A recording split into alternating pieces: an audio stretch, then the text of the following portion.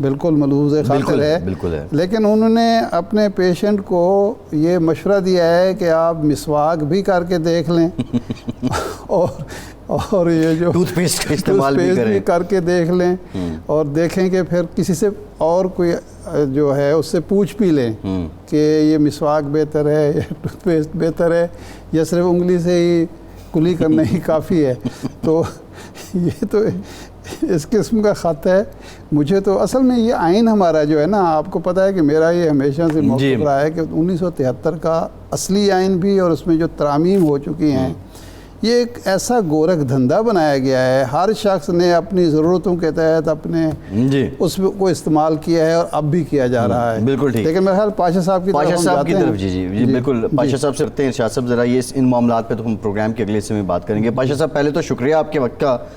پاشا صاحب معاملہ یہ ہے کہ اسٹیٹ آن انٹرپرائزز 2016 میں جو یہ نقصان کر رہی تھی وہ جی ڈی پی کا 0.5% تھا، آج یہ 4% نقصان کر رہی ہیں۔ حال ہی میں پی آئی اے کو بیل آؤٹ پیکیج ابھی تک نہیں دیا گیا تو تنخواہیں بھی نہیں ملیں، پروازیں بھی متاثر ہو رہی ہیں۔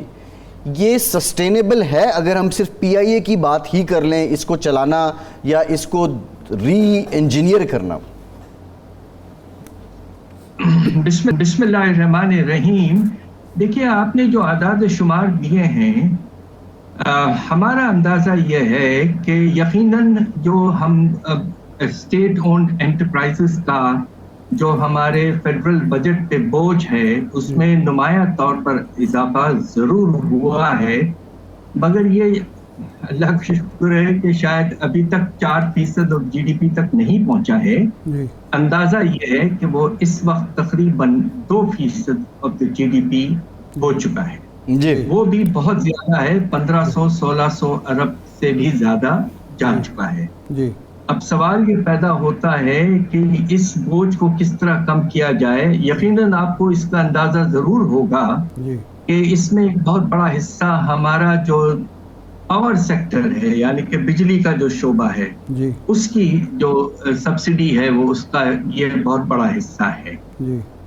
تو اب سوال یہ پیدا ہوتا ہے کہ پی آئی اے کے ساتھ ہم کیا ہونا چاہیے۔ دیکھیے، پی آئی اے کے ساتھ پچھلے تقریباً 10-15 سال سے مختلف وقتوں پر یہ ہوتا رہا ہے کہ پی آئی اے کو پرائیویٹائز کر، مگر ایسا ہو نہیں پایا ہے۔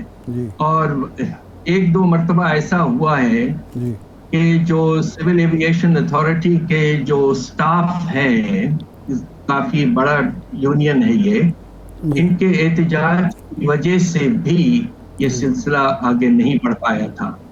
تو اب یہ دیکھنا ہے کہ کیا اس مرتبہ حکومت جو ہے وہ کس طریقے سے پرائیویٹائزیشن کی طرف آگے بڑھے گی۔ البتہ جو لیکوڈیٹی پوزیشن ہے آپ کی پی آئی اے کی، وہ کافی حد خراب ہو چکی ہے۔ صحیح۔ اچھا ڈاکٹر صاحب، آپ تو خود پرائیویٹائزیشن کے باقی ماہرین معیشت کی طرح حامی رہے ہیں، یہ جو ہم کر نہیں پائے، کیونکہ جو ادارے ہم نے پرائیویٹائز کیے، حکومت کے پاس بھی ریونیو آیا اور وہ خود بھی بینکس ہوں یا فیکٹریز ہوں وہ منافع میں چلے گئے، اور اس کے برعکس ایک بینک ہم نے رکھ لیا تو اس کی جو حالت ہے، کارکردگی ہے، وہ بھی ہمارے سامنے ہے۔ کیا وجہ ہوئی کہ ہر قسم کی یہاں حکومتیں آئیں، سول الیکٹڈ گورنمنٹس بھی آئیں، ایک فوجی حکومت بھی پرویز مشرف صاحب کی آئی، یہ کر کیوں نہیں پائے؟ اور اتنا بڑا بوجھ ریاست کتنا عرصہ برداشت کر سکتی ہے؟ بات دراصل یہ ہے کہ بوجھ کے بارے میں آپ سے یہ کہتا چلوں کہ آج یہ پوزیشن ہے کہ ہمارے جو ریونیوز ہیں فیڈرل گورنمنٹ کے، آپ ان میں سے جو ٹرانسفر ہم کرتے ہیں این ایف سی ایوارڈ کے تحت اپنے پروونشل گورنمنٹس کو، تو جو نیٹ ریونیوز رہ جاتے ہیں وہ منفی ہو چکے ہیں، کافی حد تک منفی ہو چکے ہیں۔ صحیح۔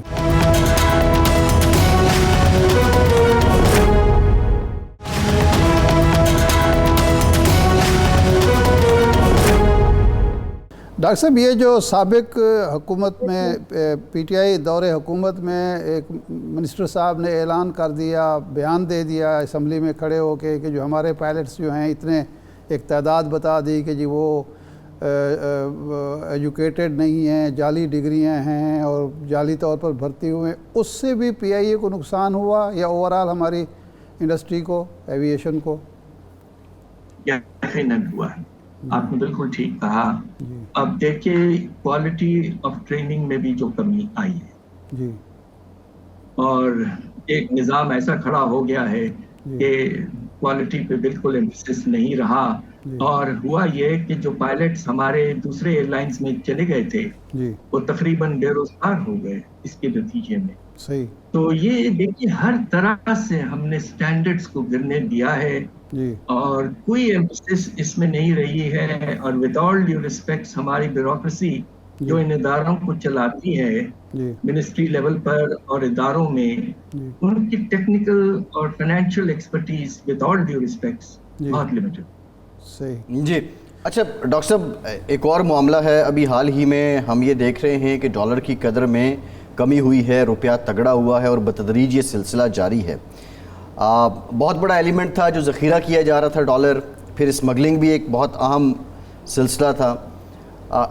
کیسے ہم سسٹین کریں گے یہ ڈالر جو انٹرنلی روٹیٹ کر رہا تھا، اس کو تو ہم سسٹم میں لے آئے ہیں، لیکن اب کرنا کیا ہوگا؟ باہر سے ہمارے پاس کوئی ٹرانزیکشن ہونا ضروری ہے، یا ہمارے پاس ایکسپورٹس کا اتنا مارجن ہے کہ ہم کم از کم اپنا یہ سائیکل جو ہے اس کو کنٹینیو کر سکیں؟ مجھے کچھ حد تک افسوس سے کہنا پڑتا ہے کہ ہمارے جو دو ذرائع ہیں فارن ایکسچینج کی آمدنی میں، اس میں ریمیٹنسز ہیں اور پھر برآمدات، ان دونوں میں نمایاں طور پر کمی آ رہی ہے۔ اب آپ یہ دیکھیے کہ پہلے 2 مہینے میں جولائی اور اگست میں ریمیٹنسز میں 24% کمی آئی ہے۔ صحیح، اب یہ ہو سکتا ہے کہ یہ پارٹلی اس لیے تھا کہ پیسہ ڈائیورٹ ہو رہا تھا ہنڈی مارکیٹ کی طرف، جی، وجہ اور یہ اب تھی۔ تو دیکھیں ہم نے ہنڈی مارکیٹ ختم کر دیا، تو دیکھیے اب آنے والے دنوں میں ہوتا کیا ہے۔ ٹھیک، مگر بات یہ ہے کہ آئی ایم ایف کے ساتھ جو آپ کا اگریمنٹ ہے وہ یہ ہے کہ آپ برآمدات جو ہیں جی، ان کو بالکل کھول دیں گے، امپورٹس کو کھول دیں گے، جی، اور اگر آپ نے یہ سلسلہ شروع کر دیا ہے اور کچھ اضافہ ہونا شروع ہو گیا ہے، اور اس کے برعکس اگر ایکسپورٹس اور ریمیٹنسز میں کمی آ رہی ہے، تو یہ انسسٹینیبل ہوگا اور ایکسچینج ریٹ پر پریشر پھر سے لیجٹمیٹلی ہونا شروع ہو جائے گا، ورنہ تجارتی خسارہ حد سے زیادہ بڑھ جائے گا اور اس پہ ریزروز پر بہت سخت برا اثر ہو سکتا ہے۔ اچھا ڈاکٹر صاحب، ایک ایشو ہے یہاں افغان ٹرانزٹ ٹریڈ کا، ان دنوں یہ بحث ہو رہی ہے خاص طور پر افغانستان کا جو رویہ سامنے آ رہا ہے پچھلے چند ہفتوں سے کہ دہشت گرد اس سرزمین کو استعمال کر رہے ہیں، ایک غیر دوستانہ قسم کی بیان بازی بھی ہو رہی ہے، تورخم پر جو تعمیرات کا ایشو ہے وہ بھی ہے، اور یہ افغان ٹرانزٹ ٹریڈ جو ہے ہماری اکانومی کو بھی ہٹ کر رہی ہے۔ تو اگر یہ فوری طور پر بند کر دی جائے تو اس کے کیا اثرات ہوں گے، ہمیں کتنا فائدہ ہو سکتا ہے؟ دوسرا یہ ہے کہ یہ جاری کیوں رکھی گئی جبکہ یہ اسمگلنگ کو بھی فروغ دے رہی ہے، ہماری اکانومی کو بھی اس کا کوئی فائدہ نہیں، جو سامان جا رہا ہوتا ہے اکثر تو وہ یہیں رہ جاتا ہے، یہیں بک رہا ہوتا ہے، اگر وہاں چلا بھی جائے تو وہاں سے واپس ایسے آئٹم وہاں جا رہے ہوتے ہیں جن کی افغانستان میں کسی کو ضرورت بھی نہیں ہے۔ تو یہ گورکھ دھندا ہے، اس سے ہم نجات کیسے حاصل کریں؟ دیکھیے یہ بہت اہم سوال ہے آپ کا، اور جو والیوم ہے افغان ٹرانزٹ ٹریڈ کا وہ تقریباً 6 سے 7 ارب ڈالر ہے، تو یہ کافی بڑا اماؤنٹ ہے۔ جی، اور دوسری طرف دیکھیے البتہ انٹرنیشنل کنونشنز جو ہیں اور WTO کے جو اسٹیپولیشنز ہیں، جی، اس میں ایک ملک جس کو ڈائریکٹ ایکسس نہیں ہے جی، تو وہ ٹرانزٹ ٹریڈ کی فیسلٹی دوسرے ملک سے اویل کر سکتا ہے، اور ہم نے 2 مرتبہ افغان ٹرانزٹ ٹریڈ ایگریمنٹ پہلے کیا تھا، پھر اس کو اپڈیٹ بھی کیا ہے۔ ٹھیک، تو اب یہ internationally it is very difficult کہ پاکستان کسی اور ملک کے ساتھ جو ٹرانزٹ فیسلٹی ہے جی، اسے روک دے۔ صحیح، البتہ ہم یہ کوشش کر سکتے ہیں کہ اگر ہم اپنے تورخم خاص طور پہ ایک بہتر نظام آف مانیٹرنگ دی موومنٹ جی، سلسلہ جاری کر دے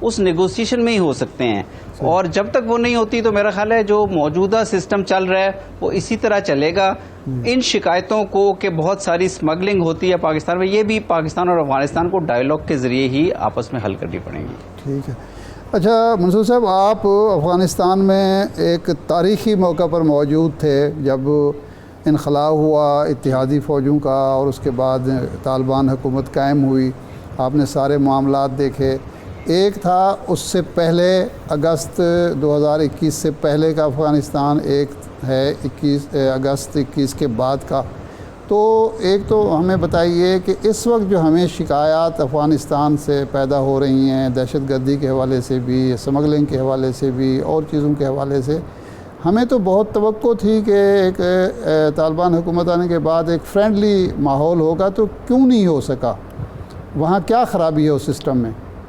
دیکھیے جی، 15 اگست 2021 سے پہلے کا جو افغانستان تھا، جس میں آپ سمجھ لیں تقریباً 4 دہائیاں جو تھیں، 1970s کے اینڈ سے لے کر 2021 کے 15 اگست تک، افغانستان آماجگاہ رہا، بیرونی انٹرفیرنسز کا سوویت فورسز رہیں، پھر بعد میں یو ایس اور نیٹو کی فورسز بھی رہیں، اور اس دوران میں بہت سی دہشت گرد تنظیموں نے، بہت سی شدت پسند تنظیموں نے وہاں پہ اپنی جگہ بنائی، اور یہ پاکستان افغانستان بارڈر ریجن جو ہے یہ بہت زیادہ ڈی سٹیبلائز ہوا.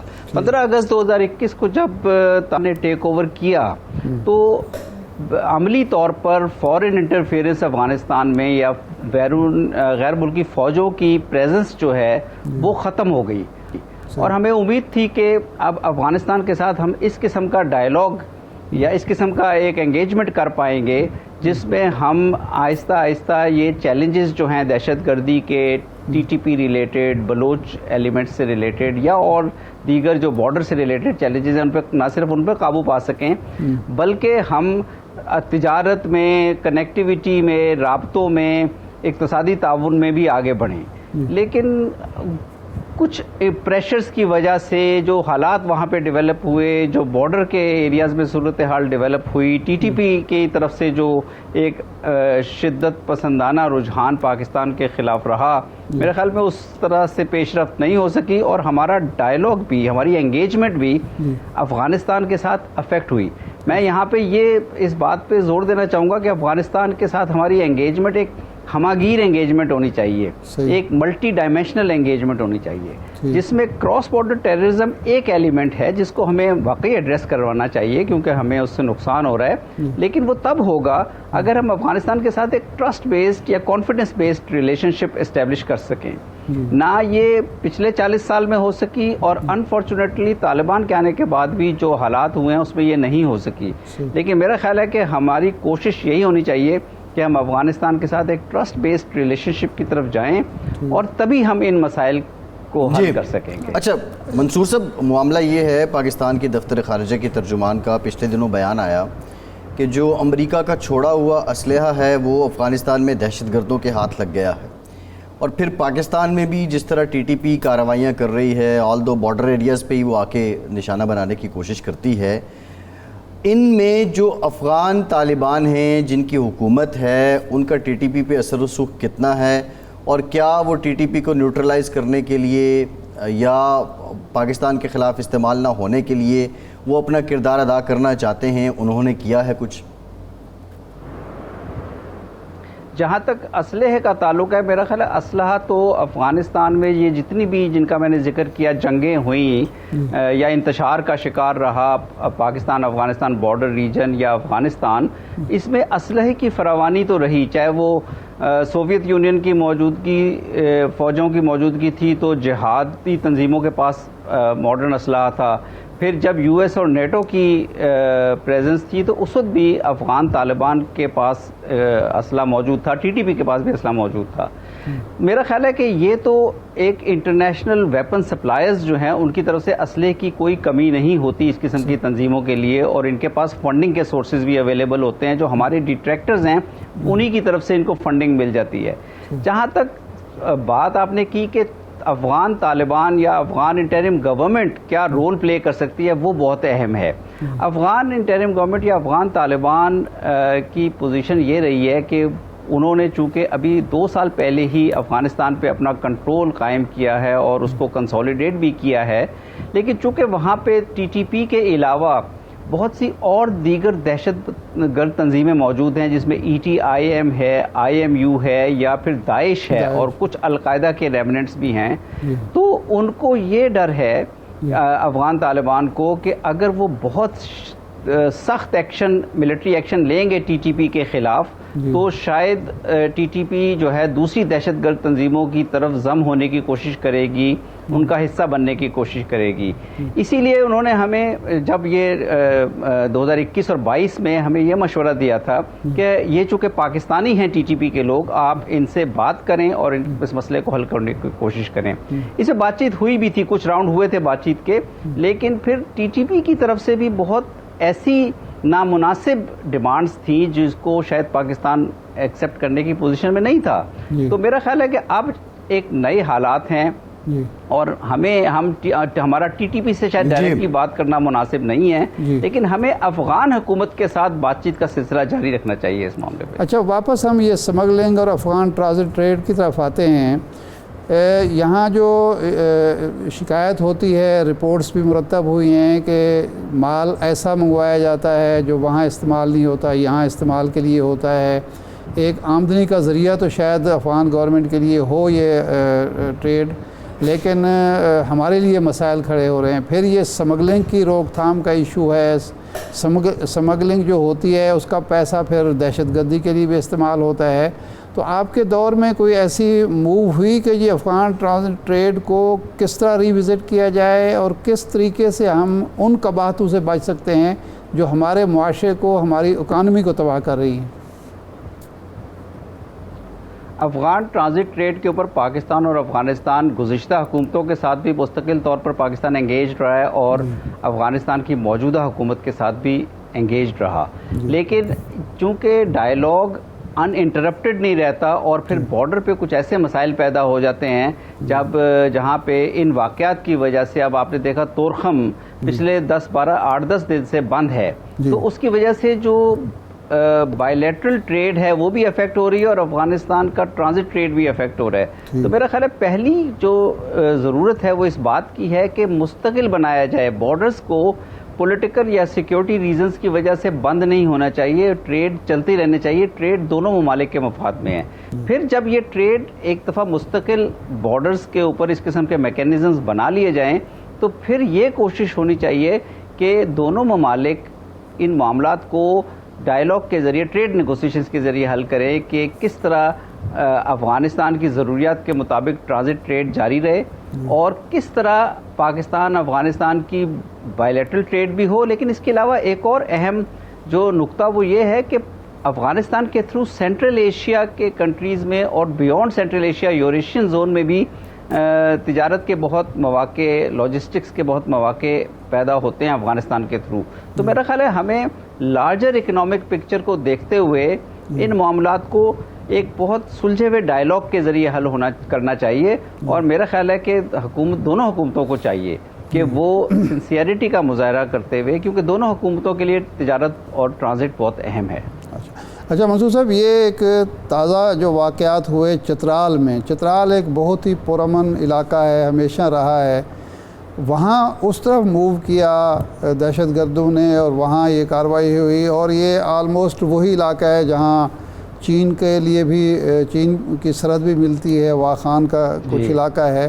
تو اس کے پیچھے یہ ان کی اپنی ایک ہے ٹی ٹی پی کی شرارت ہے، یا اس کے پیچھے کوئی انٹرنیشنل پلیئر ہیں اور چین پاکستان کے تعلقات میں رخنہ اندازی بھی اس کا ایک مقصد ہے؟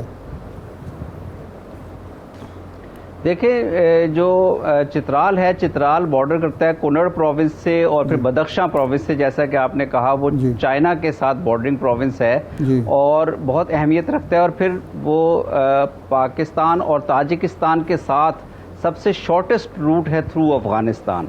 اس لیے ہم نے دیکھا ہے کہ گزشتہ کوئی 15-20 سالوں میں وہاں پہ مختلف قسم کے ٹیررسٹ گروپس موجود رہے ہیں، چاہے وہ ای ٹی آئی ایم ہو جو چائنا کے اوئغور پروونس کو تھریٹن کرتا ہے، یا وہ داعش ہو، یا سینٹرل ایشین گروپس ہوں. میرے خیال میں کہ یہ groups on their own survive نہیں کر سکتے. اگر افغانستان اور پاکستان ان دونوں گروپس کے خاتمے پہ یکجا ہو جائیں تو یہ گروپ سروائیو نہیں کر سکیں گے. لیکن پاکستان اور افغانستان میں ڈفرینسز پیدا کر کے کچھ قوتوں کا ایجنڈا یہ ہے کہ یہاں پہ چین کے لیے بھی مشکلات رکھی جائیں, پاکستان کے لیے بھی مشکلات رکھی جائیں. طالبان کے آنے سے پہلے تو ہم نے بہت سی انٹیلیجنس اسیسمنٹس شیئر کی تھی انٹرنیشنل کمیونٹی سے, لیکن اس کے لیے بنیادی شرط یہی ہوگی, اگر ہم اس ٹیررزم کو ختم کرنا چاہتے ہیں اور یہ علاقہ چترال کا, بدخشاں, یہ ہمارے تجارتی منصوبوں کے لیے بہت اہم ہے, اگر ہم اس کو ختم کرنا چاہتے ہیں تو میرا خیال ہے پاکستان اور افغان انٹرم گورنمنٹ یا افغانستان کی حکومت جو ہے ان کو یکجا ہو کر ان کو کوآپریٹ کرنا ہوگا اور ان معاملات پر آگے بڑھنا ہوگا. اور اس کے لیے میرا خیال ہے دونوں ملکوں کے پاس انگیجمنٹ یا ڈائلاگ کے علاوہ کوئی اور طریقہ کار نہیں ہے. ملٹری آپریشنز اپنے اپنے علاقے میں دونوں ممالک جاری رکھ سکتے ہیں, لیکن ایک دوسرے کے علاقوں میں جا کے ملٹری آپریشنز کرنا جو ہے وہ حالات کو مزید سنگین کر دے گا. جی ٹھیک, بہت شکریہ منصور صاحب کہ آپ ہمارے ساتھ موجود تھے. ایک بریک کے بعد دوبارہ حاضر ہوتے ہیں.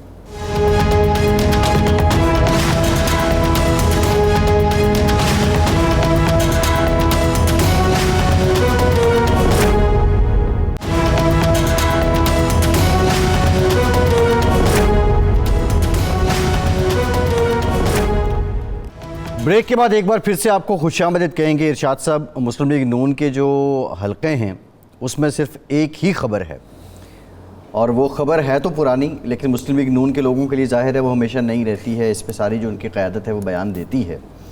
اور وہ خبر یہ ہے کہ نواز شریف صاحب 21 اکتوبر کو پاکستان تشریف لے آئیں گے.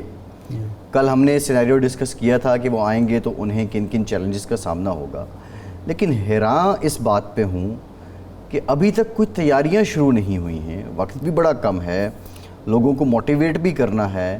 یا ارشاد صاحب واقعتاً آپ سمجھتے ہیں کہ سمندر ہوگا, نواز شریف صاحب لینڈ کریں گے, اور شاید وہ جب بے نظیر صاحبہ 85 یا 86 میں واپس آئی تھی تو وہ اس سے کوئی بڑا استقبال ہوگا نواز شریف صاحب کا؟ تیاریاں تو میرے خیال ہے شروع ہو رہی ہیں, ہو جائیں گی. ابھی 1 مہینہ اور 10 دن تقریباً پڑے ہیں. بندے لمبی سوئے ہوئے ہیں ارشاد صاحب. اور نہیں جاگ جائیں گے 10 مہینے لگیں گے جگانے میں. 1 مہینہ بہت زیادہ ہے, تیاریاں تو 15 دن میں ہو جائیں گی. اور دوسرا ویسے جو دیکھیں ہمارے ہاں پرابلم یہ ہے کہ یہ جو حلقہ نشین ہوتے ہیں نا, وہ بہت کچھ لیڈروں کو باور کراتے ہیں. عین ممکن ہے کہ لوگوں نے میاں صاحب سے اور میاں صاحب کے مریم صاحبہ سے یہ کہا ہو کہ جی میاں صاحب کا جو جہاز جب روانہ ہوگا تو لوگوں نے ایئرپورٹ کے ارد گرد ڈیرے ڈال لینے ہیں لاکھوں کی تعداد میں. لیکن یہ نہ ہو کہ جس طرح پچھلی دفعہ ہوا تھا کہ میاں صاحب آئیں اور پتہ چلے کہ جو وہ اجلاسی جو جلوس ہے, استقبالیہ جلوس, وہ نہر کے ارد گرد کہیں گھوم پھر رہا ہے. نہیں سر, میرے شہباز صاحب ساتھ ہی آئیں گے. شہباز صاحب آپ کا خیال ہے کہ پچھلی دفعہ شہباز صاحب نے ایسا کیا تھا؟ نہیں, وہ پھنس گئے تھے ٹریفک میں ارشاد صاحب. میں نے کب کہا کہ شہباز صاحب نے, ٹریفک تو ان کے اپنے جلوس کی تھی, اور تو وہاں نہیں, بس وہ نہیں جا سکے آگے. مال روڈ پہ بڑا تنگ ہے, آپ کو پتہ ہے, کنجسٹڈ ہے, وہاں سے پھر ایئرپورٹ نکلنا کوئی آسان کام تو کون سا نزدیک ہے ارشاد صاحب. نہیں, میاں صاحب آئیں گے, ان کا بھرپور استقبال ہوگا. 1.5 لاکھ بندہ لے کے ایئرپورٹ پہنچنا سر, 4 دن میں بندہ نہیں پہنچ سکتا مال روڈ سے. یہ بھی ٹھیک ہے, لیکن استقبال ہوگا, بڑا بھرپور قسم کا ہوگا. اللہ کرے کہ وہ آ جائیں, کیونکہ جب تک وہ جہاز میں نہیں بیٹھ جاتے اور جہاز لینڈ نہیں کرتا, لوگوں کو دھڑکا لگا رہے گا کہ یہ ابھی شاید ممکن ہے. عجیب لوگ ہیں نا اصل میں, ڈاکٹروں کا بھی پتہ نہیں, کسی وقت وہ کہہ دیں گے نہیں جی نہیں ابھی آپ سفر نہ کریں. اچھا, اس کے بعد جو یہاں لوگ لیڈرشپ بیٹھی ہوئی ہے ان میں سے بھی کوئی کہہ سکتا ہے کہ ابھی میاں صاحب حالات سازگار نہیں ہیں. تو کئی چیزیں ہوتی ہیں جو میاں صاحب کو ایک بڑے لیڈر کو دیکھنی ہوتی ہیں. اچھا, جب وہ روانہ ہوں گے تو پھر تو کسی کو شک نہیں رہے گا اور وہ پھر آئیں گے. اچھا, بلاول صاحب نے ایک بات کی اور بڑی امپورٹنٹ بات ہے. جی, ظاہر ہے وہ نون لیگ پہ تنقید تو کر رہے ہیں, ابھی نام نہیں لے رہے, لیکن 10-15 دن کے بعد نام بھی لینا شروع ہو جائیں گے. انہوں نے کہا جی نون لیگ کے پاس جو وزارتیں تھیں وہ ان کی کارکردگی بتائیں, اور ہمارے پاس جو وزارتیں تھیں ہم ان کی کارکردگی بتاتے ہیں. کیا یہ آفر نون لیگ کو قبول کرنی چاہیے؟ نہیں, دیکھیں یہ جو گورنمنٹ ہوتی ہے نا، حکومت ہوتی ہے، وہ ایک کلیکٹیو رسپانسبلٹی اس کی ہوتی ہے. یہ الگ الگ وزارتوں کی نہیں ہوتی، ساری کابینہ مل کے حکومت بنتی ہے. کابینہ اور وزیر اعظم مل کے حکومت ہے. جس حکومت میں پیپلز پارٹی شامل تھی اس کی تمام ذمہ داری ان کو قبول کرنی پڑے گی. جی. مسلم لیگ نون کو قبول کرنی پڑے گی، مولانا فضل الرحمان کو قبول کرنی پڑے گی. جن پارٹیز کے لوگ وہاں اس میں شامل تھے ان کو یہ نہیں ہو سکتا کہ جی میری وزارت کی کارکردگی جو ہے، اچھا ان کی وزارتوں نے کیا کر دیا جی، کارنامہ جو انہوں نے نہیں کیا. صاحب نے جو کارنامے انجام، تجارت ان کے پاس تھی جی، تو تجارت میں کیا فائدہ ہوا؟ کلائمیٹ چینج ان کے پاس تھا، سیلاب فنڈ ابھی تک نہیں آئے. ابھی تک نہیں ہے. یہ جو 9 ارب ڈالر کے وعدے ہوئے تھے جی، اور انہوں نے کہا تھا یہ ساری کریڈٹ جو تھا وہ بلاول صاحب لے رہے تھے. فارن آفس ان کے پاس تھا، تو فارن آفس ان کے پاس تھا. اور اس کے بعد جو صورتحال اس وقت نظر آ رہی ہے جی، تو اس کی ذمہ داری سے وہ جو ہے نا وہ، یعنی یہ آپ سمجھتے ہیں کہ اگر یہ نون لیگ اگر یہ چیلنج ہو بھی جائے، وہ قبول کر بھی لے، تو یہ بلاول صاحب کو نو بال ہی پڑے گی؟ نہیں، یہ سودا بکنے والا نہیں ہے. دیکھیں عوام جو ہیں ٹھیک ہے، ان کو بیچارے ہمارے عوام جو ہیں وہ سودا لو ہیں، وہ اعتبار کر لیتے ہیں، وہ بار بار بھی اعتبار کرتے ہیں.